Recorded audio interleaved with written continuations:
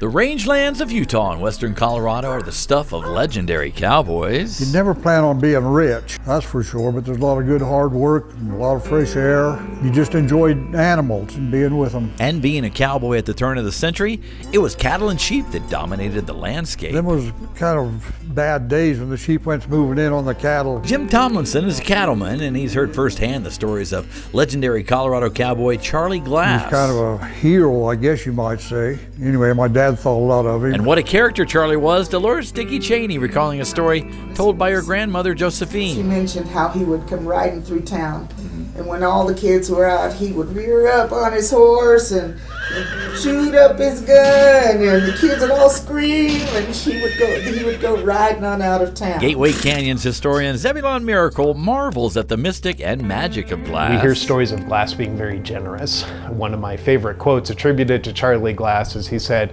"Dollars are made round so that they roll." And that was kind of his viewpoint on sometimes you get some money, sometimes you share money, sometimes you lose money. Dollars, just like water, always roll, and always more will come. It was the beginning of the 20th century when Charlie Glass first rode into Grand Junction. What we do know for sure is that he comes to Grand Junction around 1909. He starts working for the S Cross Ranch on Glade Park. He come from Oklahoma, and then after he left the S Cross, he went to the Cisco Desert and worked for Turner's, and then for Cunningham's.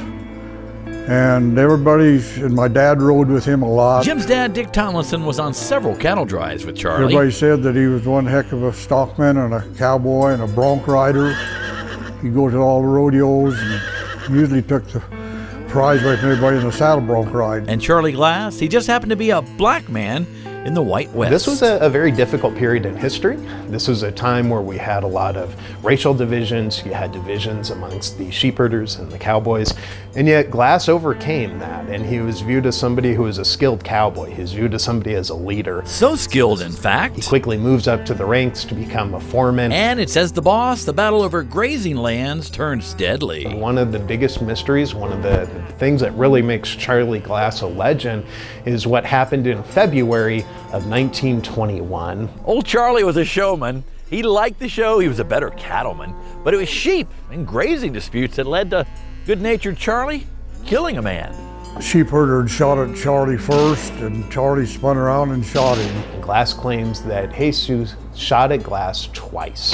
Glass claims that he turned around and was able to shoot the bastard sheepherder in the head, killing him. Charlie turned himself in, and 10 months later, they hold a trial in Moab, Utah, about 10 months later, and after 2 hours of deliberation, the jury comes back and they find Charlie Glass not guilty, claiming that Glass indeed shot in self-defense. Years went by, and Charlie? He went on to live quite a bit longer after the shooting, and by this point he was a well-known cowboy. He would go to the Fruita Cowpunchers reunion, and it was a well-known site there. So Charlie Glass is buried right here in Fruita, Colorado, where he used to work and play. And being a cowboy in the Old West was a hard job, but Charlie Glass, he made it look easy. But it's how he met his demise that's still a bit of a mystery. Again, more mystery around Charlie Glass's life. 16 years later, in 1937, almost to the day, Charlie Glass died in a car accident. Old Charlie, he liked to play cards. The story goes that he was playing poker in Thompson, Utah, and he heard story of an even bigger poker game in Cisco, Utah.